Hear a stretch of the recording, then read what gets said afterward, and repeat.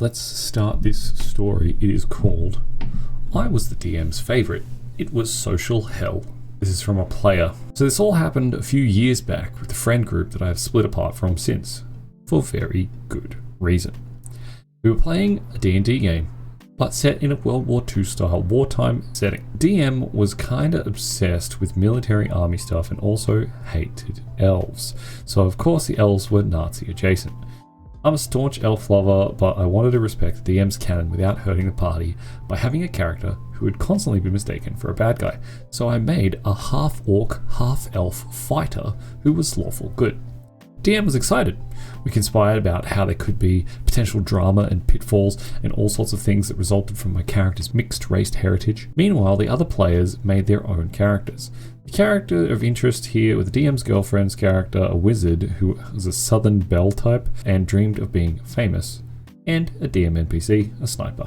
The session starts with characters meeting and the DM's PC being assigned to their fleet. The NPC was a brooding, rude sniper who didn't care for being friendly, while the rest of the party was pretty jubilant and excited. We didn't pay the DMPC much attention, nor did we respect him. First mistake. Southern Belle Wizard makes fun of the DMPC and gets into a small argument with him. Second mistake. In the battle, my fighter does a lot of heavy hits. With every enemy she finds, she offers them the opportunity to surrender instead of dying, which many of them take. Meanwhile, the rest of the party is murdering enemies. Classic murder hobos. This isn't abnormal for their alignments, and I'm the only one who has a good alignment at all. I take death very seriously in games, but I do that partially to be a straight man to the party's antics. Also, DM approved their alignments. However, the murdering was the third and final mistake. At the end of the battle, my character passes out rations to the surrendered enemies, giving them water, general lawful good stuff. A war journalist approaches, asks my character specifically for photos and quotes. I'm a bit taken aback. It seems odd. I play along and my character would insist that my team is a part of the mission, and that's why I succeeded. They take pictures and apparently it makes front page news. Nothing about the team other than praising my character for being a strong and noble leader. DM's girlfriend is upset because her character's whole thing is wanting to be famous, and the journalists keep brushing her character off. DM says that my character was especially heroic, and I am embarrassed. We get back from the mission. DMPC tries to talk to them. Southern Belle Wizard ignores and is rude to the DMPC. The game ends, and the DM is pissed. DM is my ride. DM is also DM's girlfriend's ride. I have to sit in the car and listen to the DM cry about how nobody engaged with his DMPC and how it was unfair that the only one who was respectful with the setting was me. DM's girlfriend gets mad because she was playing her Southern Belle as written, including being mean to people who aren't friendly or hospitable. I say that the party didn't connect with the DMPC, especially because we had no other enemies and it was super fun to band against someone together. DM is still hurt, but I'm home, so I get the out of there. DM messages us saying that the way we played was abhorrent and disrespectful, besides my character. Keeps pointing out how I treated the setting and the characters with respect and realism, and that the party needs to learn from my character. DM says they can't do the game anymore and calls it quits. Those curious, DM and girlfriend are still together, last I heard. Don't know why you would be curious about that. From a player, getting turned into a dragon by another player. The full story. This one's going to be kind of long, so I'll try and get through as much of it as quickly as I can. I've posted about this story before, but this is a retrospective / follow-up post on this. It's a fun time, please enjoy. A while ago, I invited a friend to join a D&D campaign I was enjoying well up to this point, and I was excited to introduce them as this was their first time they've played D&D. I introduced him to my group and everything had been going well. However, I did not know what I was getting myself or my character into. I played a tiefling warlock / fighter multiclass called Dorio, a worshipper of my custom deity, the Unchained Mother, whose whole deal is freedom and being very anti-slavery. Dorio is an ex-slave who recently broke out his group and himself from captivity, as slavery was a big part of this setting, and the rebellion against it. My friend played Grunk, a half-orc, wild magic, barbarian and sorcerer who was the brother of an NPC who had died earlier in the story. Unlike his brother, Grunk was a bit of an asshole, being overly aggressive, stubborn and racist. Having been a slaver as one of his previous jobs, naturally my character wasn't very fond of him and it was mutual, though we eventually forced to work together due to mutual benefit. It all started when my character, Dorio, was out hunting information about the big bad evil guy, trying to hunt him down. He's sort of a shadow government, great wizard behind the evil and slavery in the world, during which he met with Grunk, who proceeded to immediately be racist, calling my character a fucking tiefling. My character took it rather gracefully as this guy had leads, and at this point he was used to it. Grunk agreed to help the party with the understanding that he was in debt to some bad people and needed some money from a job to pay it off. My character agreed. As we went out to explore an underwater temple, alongside Dorio and Grunk was a changeling druid, very complicated, called Sin, whose character has a multitude of attachment issues, and upon seeing Grunk, who looked like his brother, she was very much attached to the brother, immediately believed that Grunk was the brother and started treating them as such. Okay, mistaken identity. We made our way down to the temple, which had ancient inscriptions on the walls depicting some heavy lore which my character paid attention to. Meanwhile, Grunk ignored most of it and rushed ahead, getting themselves into a fight with a golem. After a round or two, Dorio joined in and helped finish off the golem. It's around this point, very important, that Grunk stole from Sin a reward from the previous quest we had went on. A bag of cursed coins, which allows you to make a wish, but it works like a monkey's paw, twisting your words and making the wishes happen in unexpected or bad ways. I can see this is going to be bad. We continued on, as I learnt more lore, and we had one other combat encounter until we reached the final chamber, which had an ancient dragon, a leviathan skeleton, and dragon eggs in it. Ooh, very cool. Naturally, I panicked a bit, as the DM had stated before, the dragons in his setting are stronger than a base D&D setting, and this was one of the most powerful dragon types, casually napping, and I was out of spell slots. I suggested to the party to take a short rest so I could get my spell slots back, and I could cast invisibility on everyone. The dragon was asleep after all. However, Grunk barged into the final chamber, grabbed the dragon's egg, which immediately woke the ancient dragon up. Fucking Grunk, man. I mean, true to his character, let's be real. Naturally, we all began running. However, during the chase, the dragon's breath did 70 damage and the other two party members in one breath attack. So Grunk took the coins he had stolen and wished that Dorio was the dragon's favorite food, so that he and Sin could escape. I was floored. This was naturally a total betrayal. Luckily, the DM thought quick and said that my character turned into a dragon egg, since the egg was the dragon's favorite thing, and eggs are food. The dragon took the Dorio egg back to his nest, while Grunk and Sin escaped. Sin wanted to go back for my character, but Grunk held them back. Meanwhile, my character spoke to my patron about an intervention, so while they couldn't revert my character, they did speed up the draconic growth, and filtered the magic so that my character's soul didn't burst with excess magic. Next session started and my character hatched, now at the beginning of stages of a draconic transformation, cursed to eventually become a full dragon. However, for now was simply a hybrid, a dragonborn. I snuck out of the dragon's lair without problem, having replenished my spell slots, invisibility is great, and then sneaking to the entrance of the temple where he waited, since it was underwater and Grunk had water breathing potions. Later, Grunk and Sin returned. As my character hid in the shadows, they discussed what to do. Grunk wanted to sell the Dorio egg, so naturally my character beat the shit out of him. It was cathartic. However, Sin pleaded with Dorio to spare him, so he did.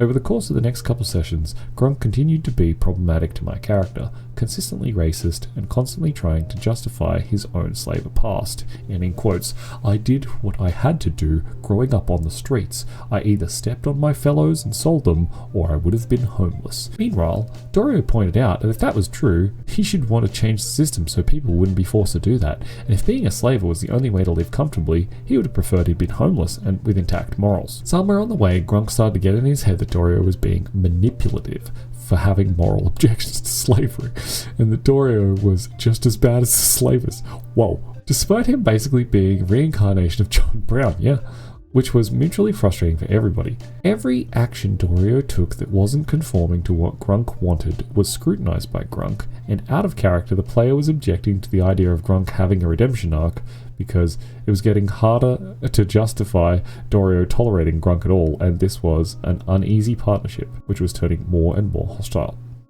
At one point, Grunk threatened to leave the party, and Dorio went, "Okay, go, I don't want you here." Note, Grunk was only hanging around for the potential of reviving his brother, but unfortunately, Grunk stayed. Player wanted Dorio to manipulate Grunk into staying, which was so out of character for Dorio. It's unreal. He would throw a stink over the idea of Dorio killing slaver henchmen because they were just doing what they had to do to survive, and he wouldn't budge on his character becoming a better person at all, frequently getting into fights with my character. All the while, my character was undergoing painful dragon transformations due to Grunk. Eventually, Grunk saw a giant diamond which he immediately wanted to steal. This time it was a conduit controlling a bunch of slaves in a mine, so to get the loot first, he jumped down onto the crystal, which stabbed into him, killing Grunk and merging him with the crystal. Dorio did not mourn his death. Soon after the player left the campaign. He won't be missed, and naturally, I won't be inviting him back to the table. My DM cheated in an important fight, and it killed my interest. Out of the Abyss spoilers ahead, just in case. Our group has been running Out of the Abyss for a couple of months. My character is a gnoll with a personal vendetta against Yunogu, as he was, like all gnolls, controlled by his hunger until he awakened via a warlock pact. I think that's a really fucking cool idea. So we had the opportunity to fight the Demon Lord in the Labyrinth. Well, it wasn't a choice for him. Either he would make him bleed as he needed the blood of a Demon Lord or a prince for unrelated reasons, or he would die trying.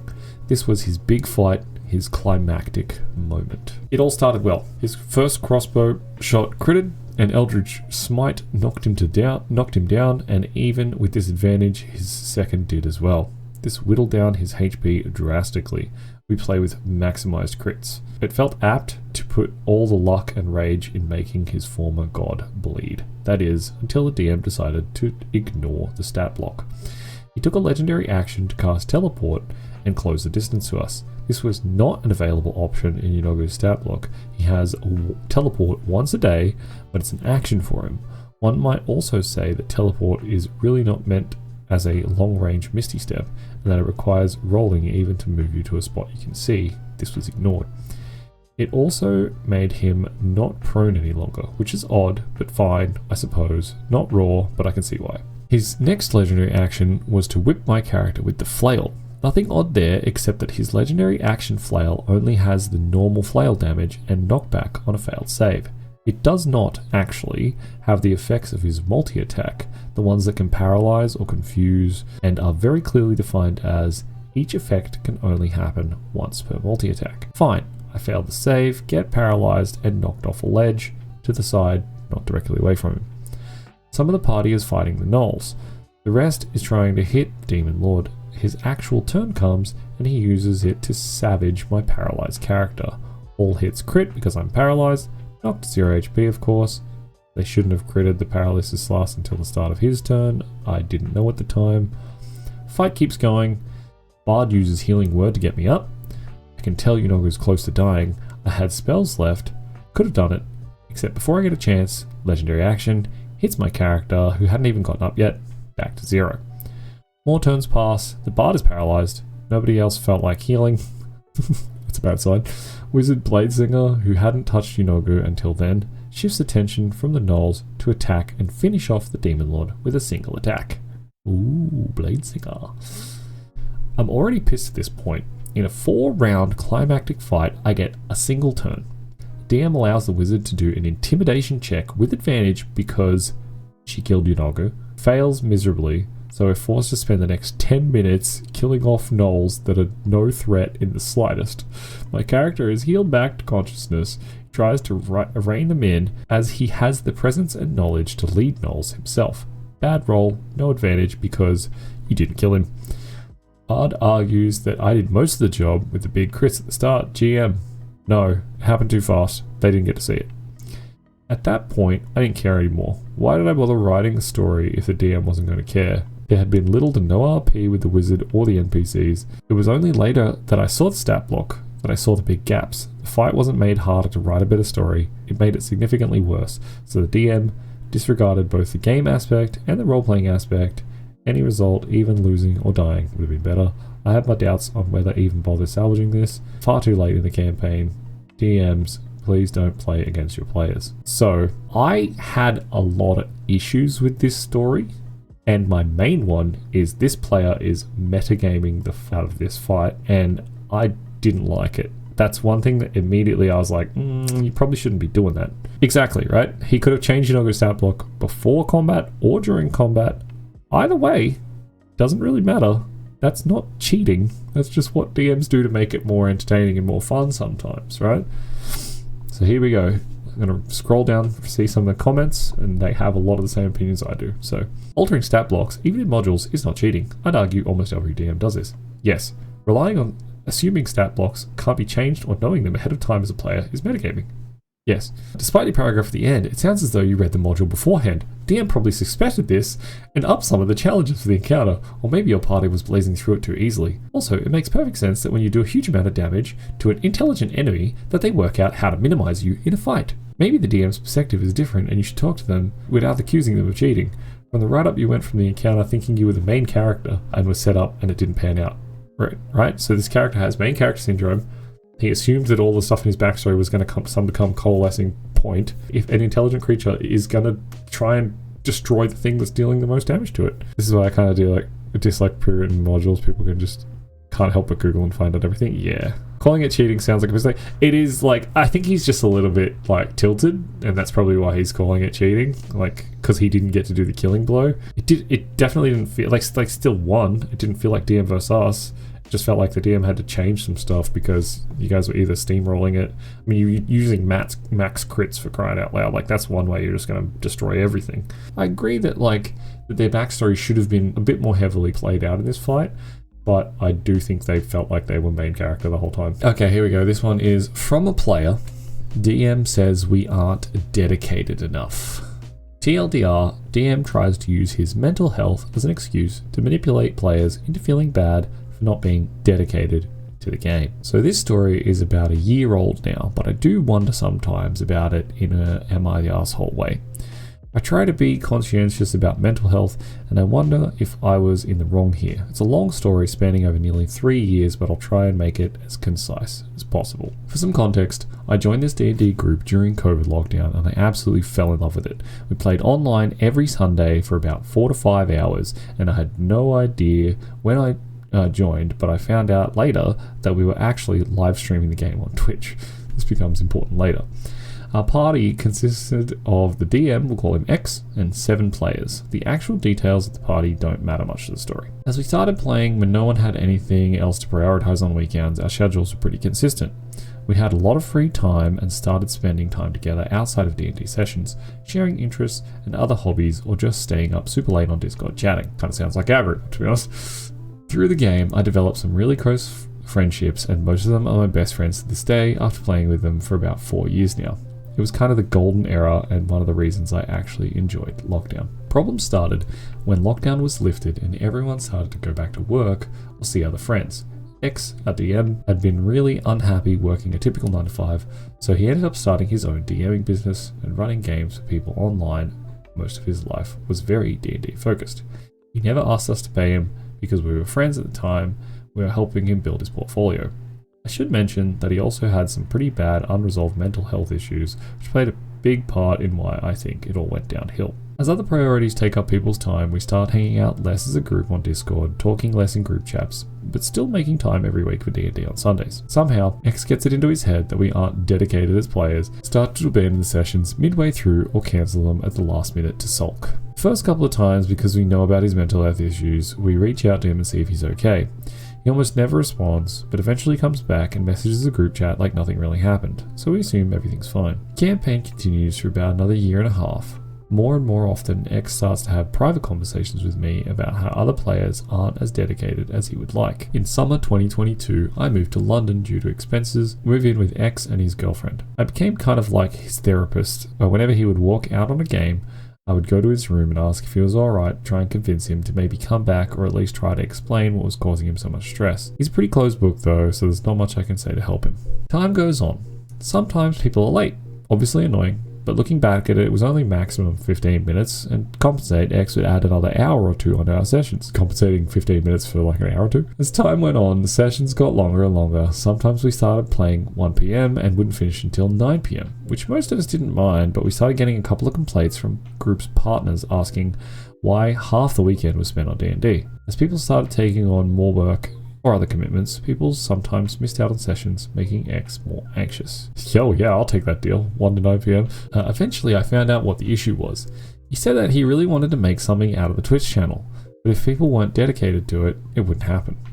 He was obsessed with Critical Role, and I think he had hoped we would gain a similar kind of popularity. Due to his business picking up more traction, he mentioned that he felt like he was being taken advantage of by our group, because we were neither committed nor were we paying him. When he said this, he exempted me and a couple of other really dedicated people, but again, looking back, he probably just wanted to keep me on side. Yeah, it's wanting to be as popular as Critical Role, that's like a pipe dream. We had a group discussion about what we wanted from Twitch. Most of our group said they were happy to contribute. I asked for the password to the Instagram account so I could promote and post constantly. I never got given it in the end, but 2 of the players vocalized that they didn't really care all that much about streaming, and they were just happy to come along for the ride. They just wanted to play some D&D. This is where things start to take a turn for the worse. It's obvious that X isn't happy with the 2 undedicated players, and it doesn't help that these 2 players are the ones who are the most often late to the game. More and more, I'm in X's room trying to be encouraging. He opens up about some of his mental health issues, and I tell him we should try and find actual therapy or something that can help him.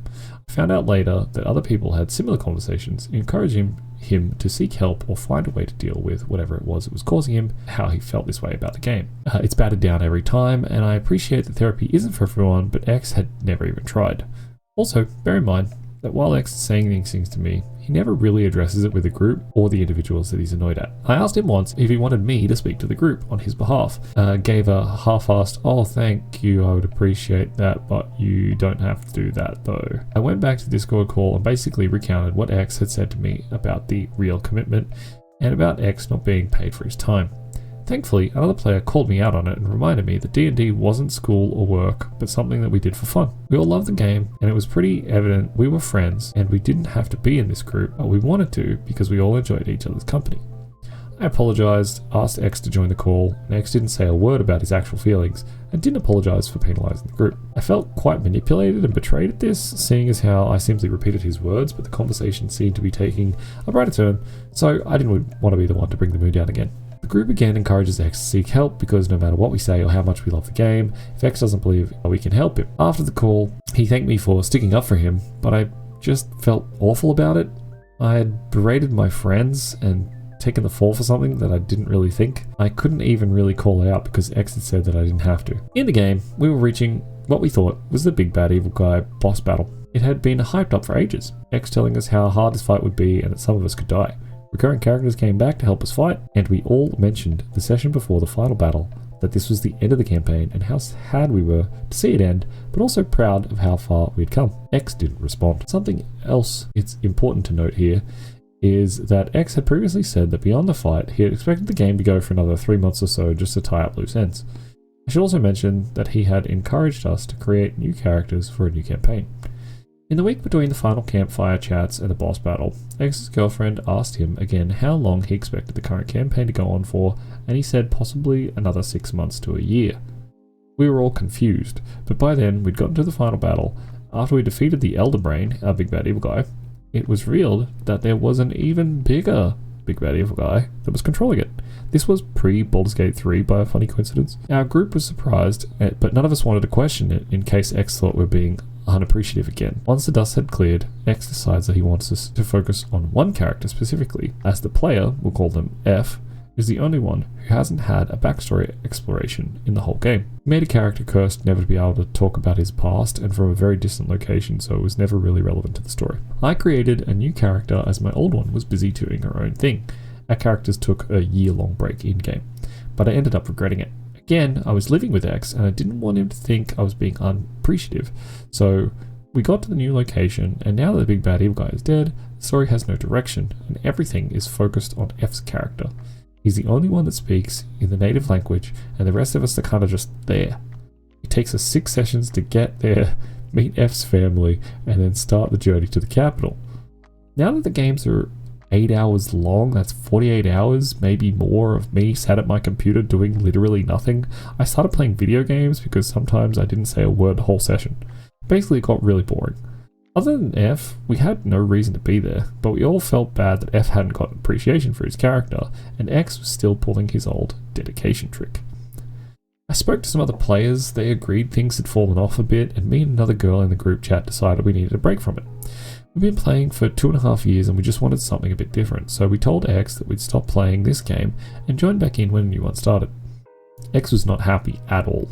We tried to be kind about it, knowing how fragile X was about the game, but yeah, he stopped talking to me for like a week, which is a long time if you live together. The Sunday after me and this other girl stopped playing, X didn't show up, and never ran a session for the group again. He didn't tell anyone the campaign was stopping, others waited on Discord for him to arrive, but after 3 weeks of wandering, people just stopped showing up. So the game fizzled. We were still friends though, and I decided I was going to stay out of it for my own sanity. X did mention to me that a while later that the other girl had taken advantage of him because he gave her a cool story arc and just dropped the game out of nowhere. Majorly awkward because I knew he was likely saying the same thing about me to other people. We did suggest starting campaign 2 and come back to campaign 1 when what all had a break, but X didn't want to do that. A couple of other people mentioned DMing instead, but every time X said he would start campaign 1 up again soon, so don't bother. Never happened. In the end, summer of 2023, X and his girlfriend had a huge argument. His girlfriend told us that he'd done some pretty questionable things, bordering on abusive towards her, and asked him to leave and stay with his mum for a while. X left our D&D group chat, ignored everyone who reached out, and then blamed us for, again, not being dedicated enough. It was a whole thing, but it was too long to go into. He blamed his actions on his poor mental health, to which the general response was that we tried to help him as much as we could, but still no excuse for how he treated people. Ironically, I'm the DM of the group now, and we've started a fresh campaign. X isn't in contact with anyone from our group apart from, weirdly, one of the people who was always late. I do feel a bit of sympathy for X, understanding the DM anxiety of wanting to make sure your players have a good time, but I try not to let it get in the way of things. We don't stream on Twitch, we play in person and schedule games when we can. It's honestly shocking to see a difference in the vibe we have now. People have openly said how much more relaxed they feel, and I don't think it's anything to do with my DMing skills. I'm still very new. But simply the fact that we aren't locked into some D&D cult. 5 tips for beginner Dungeon Masters up on YouTube. Alright guys, that's it. Okay, bye. Love you.